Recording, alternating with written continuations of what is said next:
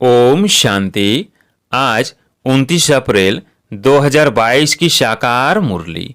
आज बाबा ने कहा, मीठे बच्चे, कुछ भी सहन करना पड़े लेकिन इस अंतिम जन्म में पवित्र जरूर बनना है।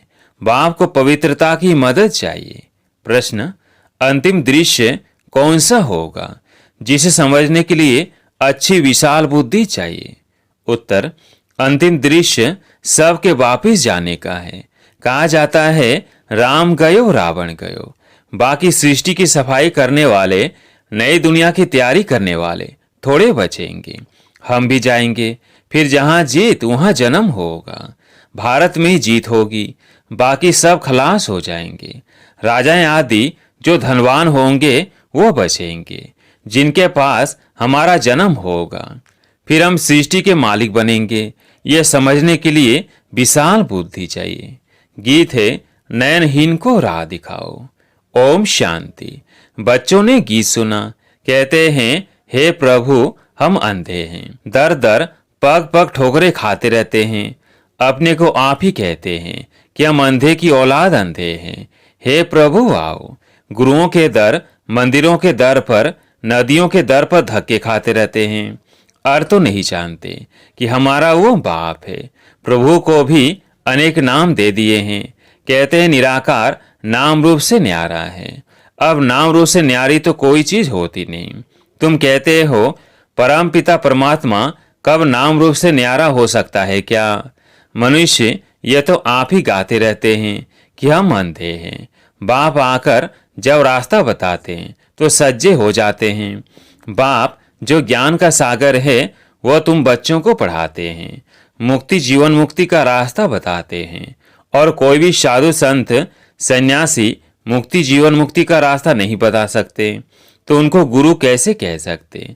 ड्रामा में उनका पाठ है। भारत को पवित्रता पर थमाना है।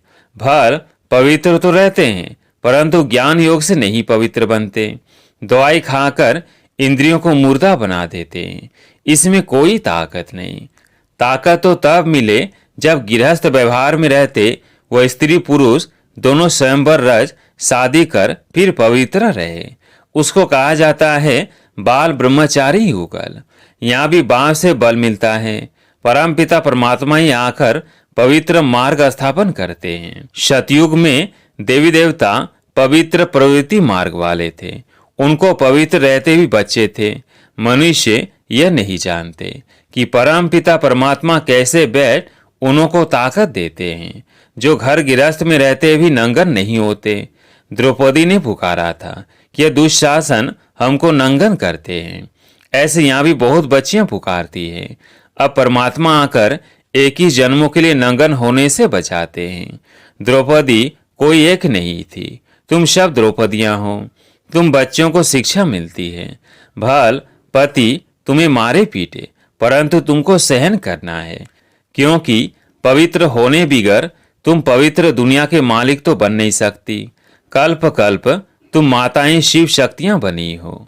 जगदम्बा सरस्वती की शेर पर सवारी दिखाते हैं। यह भी महिमा तुम्हारी है। यह है ही पति दुनिया अथवा आसुरी दुनिया। पावन दुनिया माना ईश्वरीय दुनिया। तो राम आकर राम राज्य स्थापन करते हैं। पवित्रता फर्स्ट। काम विकार कितना बलवान है। अच्छे अच्छे मनुष्य भी कह देते हैं इम्पॉसिबल है जो कोई पवित्र रह सके। अरे सतयुग में देवी देवताएं संपूर्ण निर्विकारी थे। तुम महिमा गाते हो, आप सर्वगुण संपन्न हो। हम नीच पापी हैं, तो उनको बनाने वाला कोई तो होगा ना। बाप ने संगम युग पर आकर के सतयुग की स्थापना की है। बाप ही आकर आसुरी दुनिया को दैवी दुनिया बनाते हैं। लोग तो पतित का अर्थ भी नहीं समझते हैं। अरे तुम पुकारते हो कि हम सब पतित हैं। हे पतित पावन आओ। भारत पवित्र था तो डबल सिरताज था। अब तुम हर एक की बायोग्राफी को भी जानते हो। अब तुम बाप के बने हो। तुमको गॉड फादर ही बुद्धि में याद आता है। वो बाप निराकार है, परम धाम में रहने वाले हैं। ऐसे बाप को बिल्कुल नहीं जानते। मनुष्य इस समय बहुत दुखी है। मौत का देखो कितना डर लगता है। अब बाप कहते हैं मौत सामने खड़ा है, पहले खून की नदियां बहेंगी, फिर दूध की नदियां बहेंगी। अब बाप तुमको विषय सागर से निकाल क्षीर सागर में ले जाते हैं। लक्ष्मी नारायण क्षीर सागर सतयुग में है। यहाँ तो दूध पीने के लिए भी नहीं मिलता, पाउडर मिलता है। सतयुग में कोई चीज की कमी नहीं रहती। बरोबर भारत पहले स्वर्ग था, अभी नर्क है। एक दो को डसते रहते हैं। शकल भी मनुष्यों की है, परंतु चलन गंदी है। एक दो में लड़ते झगड़ते रहते हैं। है ही पाप आत्माओं की दुनिया, तो सदाचारी कहाँ से आए? कोई ने दान पुण्य किया तो सदाचारी हो गया क्या? अभी तो सब रावण की मात पर है। देवताएं कितने पवित्र सुखी थे। राम राज्य और रावण राज्य किसको कहा जाता है, यह भी भारतवासी नहीं जानते हैं। राम राज्य चाहते हैं, परंतु वो कौन स्थापन करते हैं यह नहीं जानते। इस समय मनुष्यों को जो पैसा दो तो उससे पाप ही करते हैं, क्योंकि है ही पाप आत्माओं की दुनिया। अब तुमको चलना है बाप की मत पर।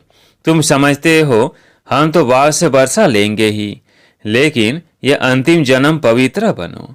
तीसरा जन्म तुम विकार में गए हो।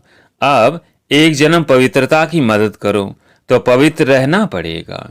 कृष्ण गोरा था, फिर काम चिता पर बैठने से अब श्याम बने हैं। फिर ज्ञान चिता पर बैठने से गोरा स्वर का मालिक बनते हैं।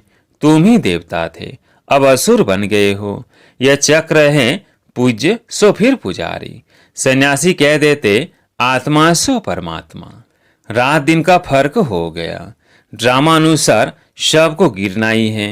अब तुमको गुरुओं का गुरु, पतियों का पति, बेहद का बाप मिला है। तो उनकी श्रीमत पर चलना है। परम पिता परमात्मा को तो मानते हो ना, शिव जयंती भी मानते हैं, परंतु समझते नहीं। तो शिव बाबा ने क्या कर किया, कैसे किया?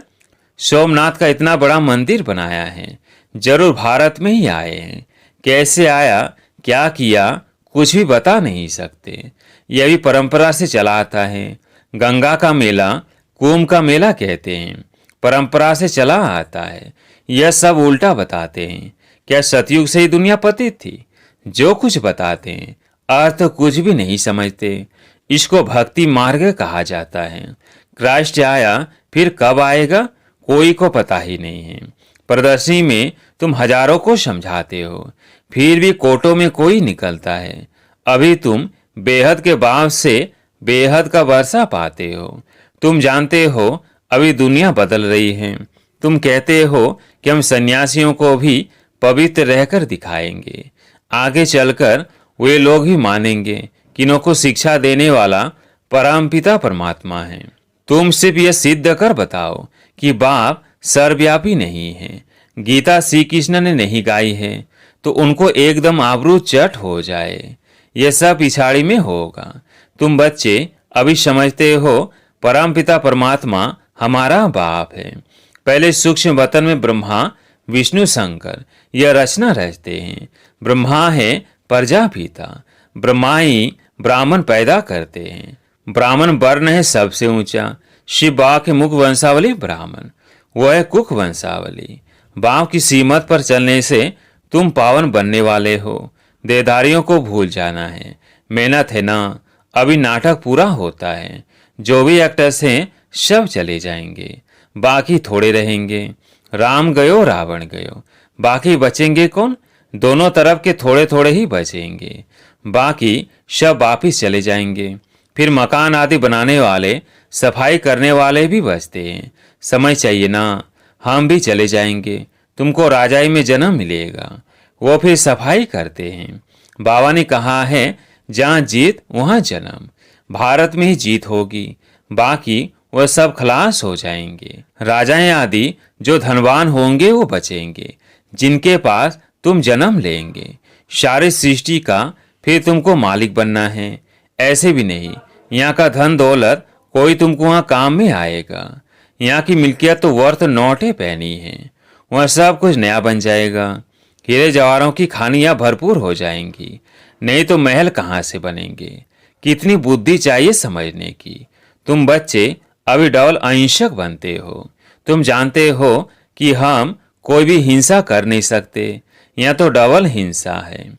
सतयुग में हिंसा होता ही नहीं, उनको ही स्वर्ग कहा जाता है। बाप कहते हैं, तुम समझते हो ना, यह ज्ञान साहूकारों के लिए मुश्किल है। बाबा है गरीब निवाज, शिव बाबा तो दाता है। यह मकान आदि भी सब तुम्हारे लिए ही है। विश्व का मालिक तुमको ही बनाता हूँ, तो फिर मैं नए मकान में क्यों बैठूं?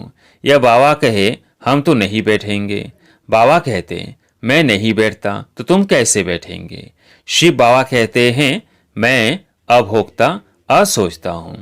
अभोक्ता असोचता का अर्थ क्या है, यह भी तुम जानते हो। अच्छा, मीठे मीठे सिकिलधे बच्चों प्रति माता पिता बाप दादा का याद प्यार और गुड मॉर्निंग। रूहानी बाप की रूहानी बच्चों को नमस्ते। हम रूहानी बच्चों की रूहानी बाप दादा को याद प्यार गुड मॉर्निंग नमस्ते नमस्ते। धारणा के लिए मुख्य सार। पहला पॉइंट, अब नाटक पूरा हो रहा है, वापिस घर चलना है, इसलिए पावन जरूर बनना है। कोई भी देहधारी को याद नहीं करना है। दूसरा पॉइंट, बाप से बल लेकर इस अंतिम जन्म में स्त्री पुरुष साथ रहते भी पवित्र बनकर दिखाना है। बेहद बाप मिला है तो उसकी सीमत पर जरूर चलना है। आज प्यारे मीठे बाबा का वरदान, अपने देवताई संस्कारों को इमर्ज कर दिव्यता का अनुभव करने वाले व्यर्थ से इनोसेंट अविद्या स्वरूप भव। अपने देवताई संस्कारों को इमर्ज कर दिव्यता का अनुभव करने वाले व्यर्थ से इनोसेंट अविद्या स्वरूप भव। जब आप बच्चे अपने सतयुगी राज्य में थे तो व्यर्थ व माया से इनोसेंट थे, इसलिए देवताओं को सेंट व महान आत्मा कहते हैं। तो अपने वही संस्कार इमर्ज कर व्यर्थ को अविद्या स्वरूप बनो। समय, श्वास, बोल, कर्म सब में व्यर्थ की अविद्या अर्थात इनोसेंट। जब व्यर्थ की अविद्या होगी तब दिव्यता, स्वतः और सहज अनुभव होगी। इसलिए नहीं सोचो कि पुरुषार्थ तो कर रहे हैं, लेकिन पुरुष बन इस रथ द्वारा कार्य कराओ। एक बार की गलती दोबारा रिपीट ना हो। स्लोगन, रूहानी गुलाब वह है जो कांटों के बीच में रहते भी न्यारे और प्यारे रहते हैं। रूहानी गुलाब वह है जो कांटों के बीच में रहते भी न्यारे और प्यारे रहते हैं। अब सुनते हैं मातेश्वरी जी के अनमोल महावाक्य। मम्मा ने कहा, कई मनुष्य प्रश्न पूछते हैं कि क्या सबूत है कि हम आत्मा हैं। अब ईश्वर समझाया जाता है।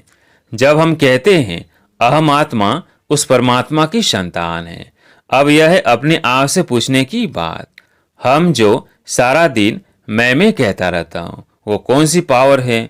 और फिर जिसको हम याद करते हैं वो हमारा कौन है? जब कोई को याद किया जाता है तो जरूर हम आत्मा को उन्हों द्वारा कुछ चाहिए। हर समय उनकी याद रहने से ही हमको उस द्वारा प्राप्ति होगी। देखो, मनुष्य जो कुछ करता है जरूर मन में कोई न कोई शुभ इच्छा अवश्य रहती है। कोई को सुख की, कोई को शांति की इच्छा है, तो जरूर जब इच्छा उत्पन्न होती है तो अवश्य कोई लेने वाला है, और जिस द्वारा वह इच्छा पूर्ण होती है वो अवश्य कोई देने वाला है।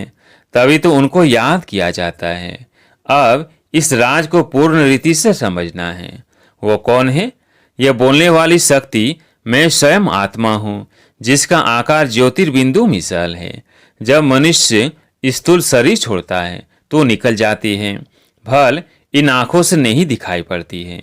अब इससे सिद्ध है कि उसका स्थूल आकार नहीं है, परंतु मनुष्य महसूस अवश्य करते हैं कि आत्मा निकल गई, तो हम उसको आत्मा ही कहेंगे। जो आत्मा ज्योति स्वरूप है, तो अवश्य उस आत्मा को पैदा करने वाला परमात्मा भी उसके ही रूप मुआफिक होगा। जो जैसा होगा उनकी पैदाइश भी वैसी होगी। फिर हम आत्माएं उस परमात्मा को क्यों कहते हैं कि वो हम सर्व आत्माओं से परम हैं? क्योंकि उनके ऊपर कोई का लेप छेप नहीं है। बाकी हम आत्माओं के ऊपर माया का लेप छेप अवश्य लगता है, क्योंकि हम जन्म मरण के चक्र में आती है। अब यह आत्मा और परमात्मा में फर्क। अच्छा, ओम शांति।